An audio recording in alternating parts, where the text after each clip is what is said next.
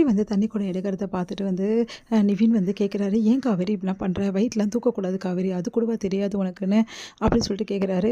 இங்கே பாருங்கள், என் குழந்தைக்கு எந்த பிரச்சனையும் வராது, என் குழந்தை எப்போவுமே ஸ்ட்ராங்காக இருக்கும், எனக்கு அந்த நம்பிக்கை இருக்குது அப்படின்னு சொல்லிட்டு சொல்கிறாங்க காவேரி. எல்லாருமே வந்து என்ன பண்ணுறாங்க, ரொம்ப நல்லா கவனிச்சுக்கிறாங்க கங்காவை.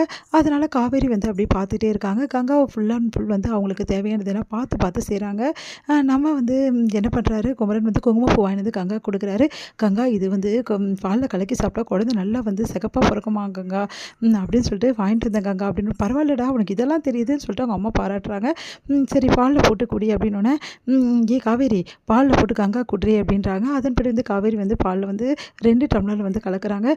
என்ன உனக்கும் ஆசையாக இருக்கா இந்த மாதிரி குடிக்கணும்னு சொல்லிட்டு, முதல்ல உன் புருஷன் கூட வாழ பாரு, அப்போ தானே இந்த மாதிரி நல்ல விஷயம்லாம் உன் வாழ்க்கையில நடக்கும் அப்படின்னு சொல்லிட்டு சொல்கிறாங்க. அதை கேட்டு வருத்தம் அடைகிறாங்க நம்ம வந்து காவேரி. ஏன் இப்படிலாம் பேசுகிறீங்க அத்தை, அவள் என்ன பண்ணுவா, ஏன் அத்தை அப்படிலாம் சொல்கிறேன், குடிச்சா குடிச்சிட்டு போட்டோன்னே, பரவாயில்லக்கா அப்படி சொல்கிறாங்க.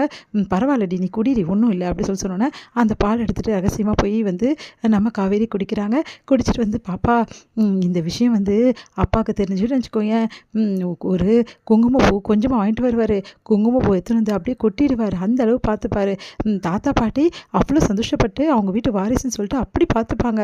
அது மட்டுமா, இங்கே பாருக்கண்ணா, நீ வர்றதுக்குள்ளேயும் இங்கே வந்து என்னென்ன நடக்கும் தெரியுமா, என்னை எப்படியெல்லாம் பார்த்துப்பாங்க தெரியுமா, அப்பாவை நான் ரொம்ப மிஸ் பண்ணுறேன்டா, ஆனால் கூடிய சீக்கிரம் அப்பா உன்னை நல்லா பார்த்துப்பாரு, உன்னை சீக்கிரமாக எல்லா விஷயத்தையும் நான் அப்பா கிட்ட சொல்லி நீ நான் அப்பா 3 பேரும் ஒரே வீட்டில் வாழ்வோன்ற நம்பிக்கை எனக்கு இருக்குடா. அப்பா இல்லாமல் எனக்கு ரொம்ப கஷ்டமாக இருக்குது கண்ணா, உனக்கும் அப்பா இல்லாமல் கஷ்டமாக தானே இருக்குது, நம்ம 2 பேரும் அப்பா இல்லாமல் ரொம்ப ஃபீல் பண்ணிகிட்ருக்கோம், அங்கே அப்பா என்ன பண்ணிகிட்ருக்காரோ தெரியல, ஆனால் அவரும் நம்மளை தான் நினச்சிட்ருப்பார், ஒன்று அவருக்கு தெரியாது, ஆனால் நீ எனக்குள்ளே இருக்கிறதால என்ன நினச்சாலும் ஒன்று நினைக்கிற மாதிரி தானே அப்படின்னு சொல்லிட்டு அவங்க குழந்தைகிட்ட அவங்க வந்து ஜாலியாக அழகாக பேசிகிட்டு இருக்காங்க. அடுத்து வந்து காவேரி எவ்வளோ நேரமாக வெளியே நிற்பேன், என்னடி பண்ணிகிட்ருக்கேன், ஒன்றும் இல்லை அப்படின்னு. அத்தை ஏதோ சொல்கிறதும் கோச்சிக்காதிரி அப்படின்னு சொல்லிட்டு அவங்க அக்கா சொல்கிறாங்க. பரவாயில்லக்கா அப்படின்னோடனே, என்னடி திடீர்னு குங்குமப்பூ உனக்கும் ஆசை வந்துடுச்சு அப்படின்றாங்க. அதெல்லாம் ஒன்றும் இல்லைக்கா, உங்ககிட்ட எப்படிக்கா சொல்கிறது, எல்லாருக்கிட்ட சொல்லணும்னு எனக்கு ஆசையாக தான் இருக்குது, ஆனால் சொல்ல முடியலையே அப்படின்னு சொல்லிட்டு காவேரி ஃபீல் பண்ணுறாங்க. இங்கே வந்து செம்மையாக டென்ஷனாக இருக்காங்க யமுனா.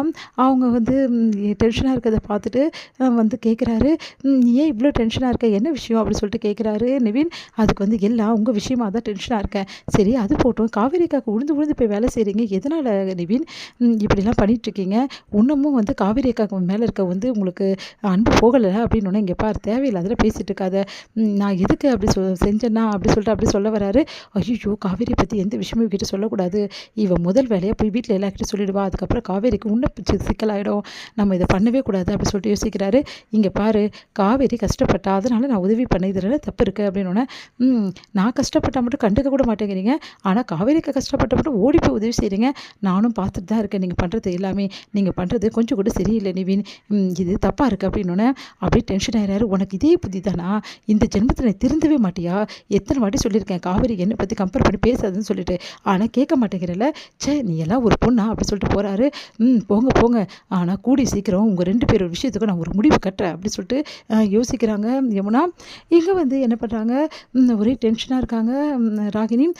எப்படியாவது வந்து இங்கே இருக்க வைக்கணுமே வெண்ணிலாவை, வெண்ணிலா இங்கேருந்து போயிட்டா அதுக்கப்புறம் காவேரி இங்கே வந்துடுவாளே, அது வரவிடக்கூடாது, இப்போ என்ன பண்ணுறது, வெண்ணிலாவை எப்படி இங்கே இருக்க வைக்கிறது அப்படி சொல்லிட்டு அவங்க அப்பாவுக்கு கால் பண்ணுறாங்க. அவங்க அப்பா கிட்ட சொல்கிறாங்க நடந்ததெல்லாம், இந்த மாதிரி விஜய் வந்து வெண்ணிலாவோட மாமாவை தேடி போயிருக்காருப்பா, அவர் வந்துட்டானா அப்புறம் வெண்ணிலாவை கூட்டிகிட்டு போயிட்டா என்னப்பா பண்ணுறது அப்படின்னு நான் ஒரு பிளான் வச்சுருக்கேன், நீ கவலைப்படாதம்மா அப்படின்னு சொல்லி சொன்னோம் நிம்மதி அடைகிறாங்க.